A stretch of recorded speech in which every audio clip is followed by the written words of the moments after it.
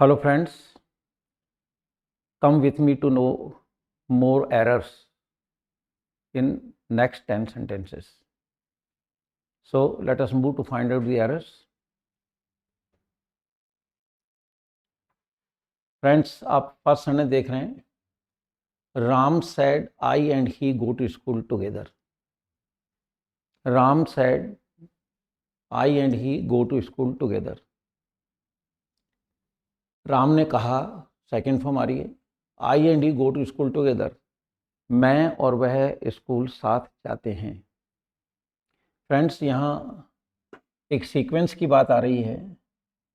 ये जो आई and he है ये इनकरेक्ट है, इसको हमको डिलीट करना है और करेक्ट करने के लिए हमको लिखना पड़ेगा ही एंड आई. ये एक सीक्वेंस होता है, मैं आपको अभी शॉर्ट में बताता हूँ. यू, ही एंड आई, जब ये तीन शब्द होते हैं और इनको एक सेंटेंस में इनमें से दो या तीन को जब हम यूज़ करते हैं तो एक प्रश्न उठता है कि पहले यू लिखें या आई लिखें या ही लिखें. एक ऐसा प्रश्न है. क्लियर? अभी शॉर्ट के अंदर ये कहूँगा कि यू को आप तवज्जो पहले देंगे, आई को लास्ट में देंगे. तो अगर दो आते हैं तो यू पहले आएगा, ही बाद में आएगा. अगर ही एंड आई आता है तो ही पहले आएगा, आई बाद में आएगा. राइट? यू और आई आता है तो यू पहले आएगा, आई बाद में आएगा. और तीन है तो यू पहले, आई लास्ट में, ही बीच में आएगा. तो मैं बात कर रहा था इन तीन की. अगर ये तीन शब्द आते हैं तो इनको कैसे सेट करना है, इन तीनों में से कौन सा शब्द पहले आए. तो इसका जो सीक्वेंस है वो ये है कि यू को तवज्जो पहले देनी है और आई को लास्ट में रखना है. यू को पहले रखना है, आई को बाद में लास्ट में रखना है, ही ऑटोमेटिक बीच में आ जाएगा. लेकिन अगर मैं कहता हूँ कि तुम और वो जा रहे हो तो पहले यू आएगा, क्योंकि यू को तवज्जो पहले देना है ना. तो यू पहले आएगा, ही बाद में आएगा. मैंने कहा कौन कौन जा रहे हो, तो आपने कहा कि वह जा रहा है और मैं जा रहा हूँ. अपने को आई पीछे रखना है तो फिर ऑटोमेटिकली ही पहले आएगा, आई बाद में आएगा. मैंने कहा कौन कौन जा रहे हो, तो आपने मुझे जवाब दिया कि सर मैं जा रहा हूँ, मैं चल रहा हूँ और आप चल रहे हो. तो पहले आई नहीं रखना है, यू को पहले तवज्जो देनी है, आई बाद में आएगा. तो जब कभी ये तीन मतलब जो यू, ही एंड आई, ये तीन शब्द को एक सेंटेंस में आते हैं या दो आते हैं तो आप याद रखिए कि सबसे पहले आपको तवज्जो देना है यू को, अपने को लास्ट में रखना है, ही ऑटोमेटिक बीच में आ जाएगा. और अगर डबल हैं तो जैसा मैंने अब आपको दिखाया. एक्चुअली इसको यूँ समझें कि आपके घर पर एक गेस्ट आए हुए हैं और आपका फ्रेंड है और आप तीनों बैठे हो. इसलिए खाना खाने बैठे, तो आपके घर की बात बता रहा हूँ. आपके घर पे एक मेहमान आए हुए हैं, आपका फ्रेंड भी साथ है और आप भी बैठे हुए हो, खाना खाने बैठे. तो आप पहले किसको परोसोगे? सामने वाले को, गेस्ट को. नंबर 2 पे फ्रेंड को. अपनी थाली में बाद में रखोगे. तो पहला फुल्का दिया गेस्ट को, दूसरा दिया फ्रेंड को, तीसरा फुल्का आपने अपनी थाली में डाला. तो ये एक नेचुरल सीक्वेंस है. तो जब कभी भी ये सीक्वेंस उल्टी सीधी आ जाए तो आप इस चीज़ को ध्यान रखें. तो इस सीक्वेंस के तहत यहाँ पे आई पहले आ रहा है और ही बाद में आ रहा है. नहीं, अपने को अपना नंबर बाद में रखना है. हमेशा सामने वाले को रिगार्ड ज़्यादा देते. तो इसको हम ही एंड आई कर देंगे, सेंटेंस राइट हो जाएगा. ठीक है? इसकी डिटेल बात हम, एक टॉपिक आएगा हमारा एक्सेप्शन, उसमें इसकी डिटेल बात और करेंगे. Next, Mohan asked Sohan, who do you think I met yesterday. Mohan asked Sohan, Mohan ने सोहन से पूछा, हु डू यू थिंक, तुम क्या सोचते हो, आई मेट यस्टरडे, मैं कल किसको मिला. यहाँ हु का मतलब कौन है, जबकि हम सेंस लगा रहे हैं तो आवाज़ आ रही है किसको. हिंदी देखिए, मोहन आस्क्ड सोहन, मोहन ने सोहन से पूछा, who do you think I met yesterday, मैं कल किसको मिला, तू क्या सोचता है इस बारे में. मतलब अंदाज़ा लगा, वो उसका अंदाज़ा पूछ रहा है. तो यहाँ किसको की आवाज़ आ रही है हिंदी के सेंस में. तो अपन यहाँ से इसको डिलीट करेंगे और यहाँ पे होम लिख देंगे. तो इसमें ग्रामेटिकल मिस्टेक नहीं है, इसमें सेंस की मिस्टेक है. तो इसकी जब हिंदी करेंगे तो किसको की आवाज़ आ रही है, तो आप हु को डिलीट करें, होम लगा दें. Now the sentence is right. Next sentence, Sohan asked me whom do you think is the best player? Sohan ने मेरे से पूछा whom do you think is the best player? आप क्या सोचते हो कि बेस्ट प्लेयर कौन है?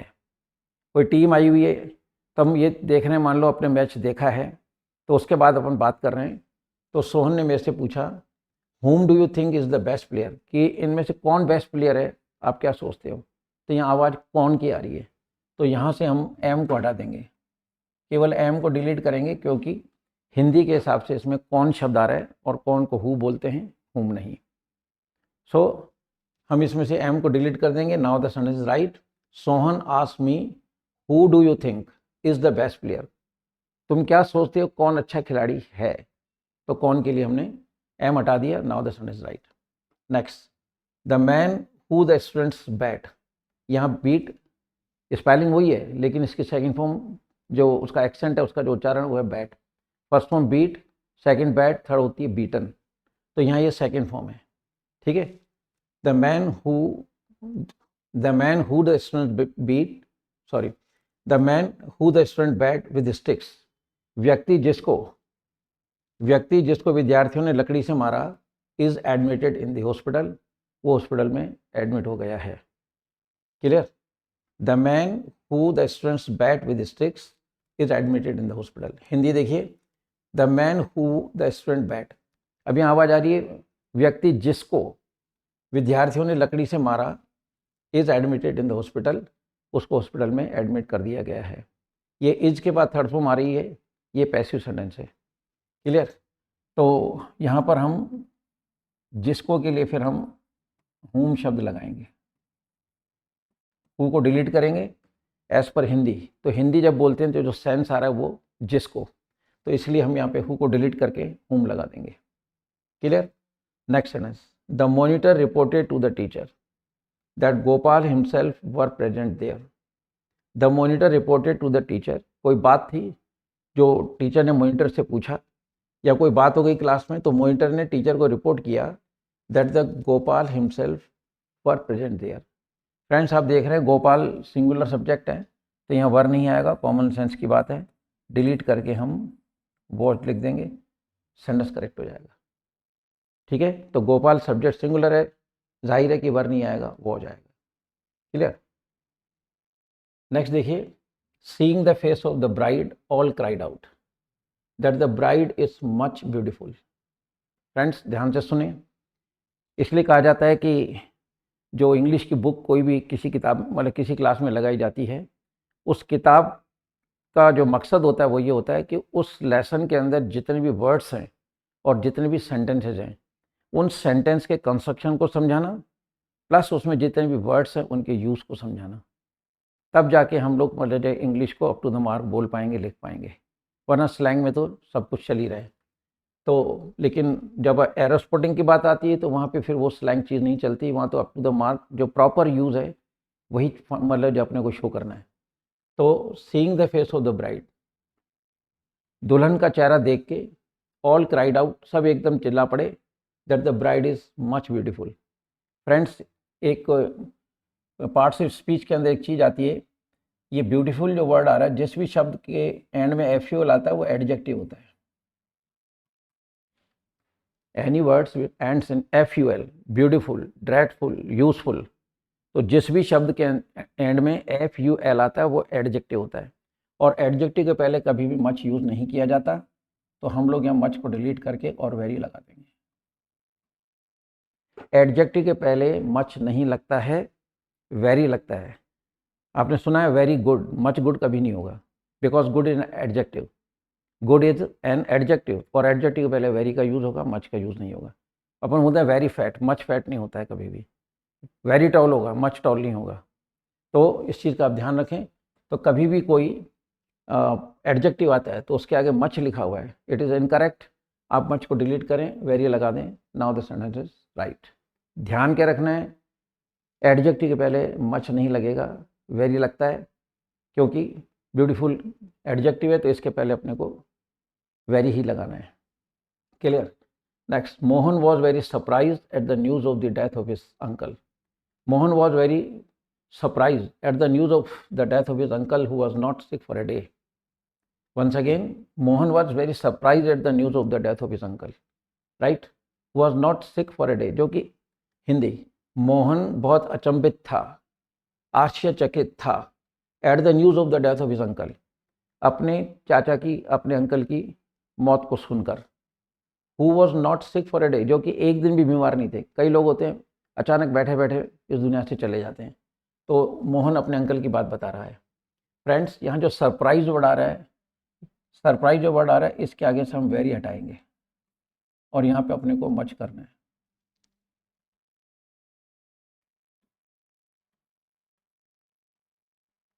क्यों? क्योंकि सरप्राइज वर्ड यहाँ पर एब्स्ट्रैक्ट नाउन है और एब्स्ट्रैक्ट नाउन के पहले हमेशा मच का यूज़ किया जाता है, वेरी का यूज़ नहीं किया जाता। जिस तरह मैंने भी ऊपर बताया, एडजेक्टिव पहले वेरी लगता है, तो ऐसे ही एब्स्ट्रैक्ट नाउन के पहले हमेशा मच आएगा। अब एब्स्ट्रैक्ट नाउन को पढ़ना इतना आसान नहीं है, कुछ चीज़ें ऐसी होती हैं जो खुद फील की जाती हैं। आप कहोगे सर ऐसा मतलब है, कैसे संभव है, आप क्यों नहीं एब्स्ट्रैक्ट नाउन को एक्सप्लेन कर पा रहे हैं? ऐसा नहीं है। जैसे हमने कहा कि एक शब्द है दर्द। अगर किसी बच्चे ने आपसे पूछा कि भैया दर्द किसको कहते हैं, तो it is not possible to define in words. शब्दों में दर्द को बखान नहीं किया जा सकता। वो तो अपन चिमटा गर्म करके किसी बच्चे को लगा दोगे तो अपने आप समझ में आ जाएगा। तो ये एक नेचुरल सेंसेशन है। इसी तरह एब्स्ट्रैक्ट नाउन को फील करना है। जब हम रीडिंग करते जाएंगे और मैं आपको बताता चलूँगा कि देखो यहाँ पर एब्स्ट्रैक्ट नाउन है, यहाँ पर एब्स्ट्रैक्ट नाउन है, यहाँ पर ये शब्द एब्स्ट्रैक्ट नाउन है, only then you will just go on come closing to the abstract noun. खैर, अभी मैं ये कहना चाह रहा हूँ, सरप्राइज एब्स्ट्रैक्ट नाउन है, इसके आगे वेरी नहीं लगेगा, मच लगेगा। क्लियर? नेक्स्ट आता है, Sita came into the room and cried out, it is much hot today. Sita came into the room and cried out, Sita कमरे में आई और जोर से एकदम चिल्लाई, it is much hot today. कमरे में आते उसने कहा आज तो बहुत गर्मी है। फ्रेंड्स, वंस अगेन मैं ये कहूँगा, देखिए हॉट जो है यहाँ पे अपने को मच डिलीट करना है और वेरी लगाना है। अगेन द थिंग इज कि हॉट एडजेक्टिव है। जैसे मैंने पीछे आपको बताया कि ब्यूटीफुल एडजेक्टिव, तो पहले एडजेक्टिव के पहले वेरी लगेगा। तो hot word is also an adjective. तो किसी भी एडजेक्टिव के पहले आप वेरी यूज़ करोगे, मच यूज़ नहीं करोगे। तो कभी भी किसी सेंटेंस में एडजेक्टिव के पहले अगर मच लिखा आता है, you just delete it and insert very. Now the sentence is right. Next sentence, friends. My sister told me that Mohini was the eldest of the two sisters. My sister told me that Mohini was the eldest of the two sisters. Friends, समझने की कोशिश करें। My sister told me, Hindi, मेरी बहन ने मुझे कहा that Mohini was the eldest of the two sisters. दो बहनों में एल्डेस्ट वर्ड यूज नहीं किया जाएगा। अपन यही कहेंगे ना कि दो बहनें हैं, तो अपन कहेंगे कि छोटी वाली इंटेलिजेंट नहीं है, बड़ी वाली इंटेलिजेंट है। तो दो की जब हम तुलना करते हैं तो सुपरलेटिव डिग्री नहीं आता। आप देख रहे हैं कि यहाँ पे द एल्डेस्ट वर्ड आ रहा है, तो दो में एल्डेस्ट वर्ड नहीं आएगा क्योंकि एल्डेस्ट सुपरलेटिव डिग्री है। तो यहाँ सुपरलेटिव डिग्री कब होता है? When we compare one against so many. एक की तुलना बहुत से करोगे, that is superlative. But in this sentence we are comparing two of the sisters only. तो दो में सबसे बड़ी नहीं होती, दो में बड़ी वाली। तो जो ज़्यादा बड़ी है, तो हम ये द एल्डेस्ट को डिलीट करेंगे और यहाँ लिखेंगे एल्डर। क्लियर? तो यहाँ द एल्डेस्ट डिलीट करके एल्डर लगा दीजिए। Now the sentence correct. तो करेक्ट सेंटेंस क्या हुआ? My sister told me that Mohini was Elder of the two sisters. दो में बड़ी वाली है मोहिनी।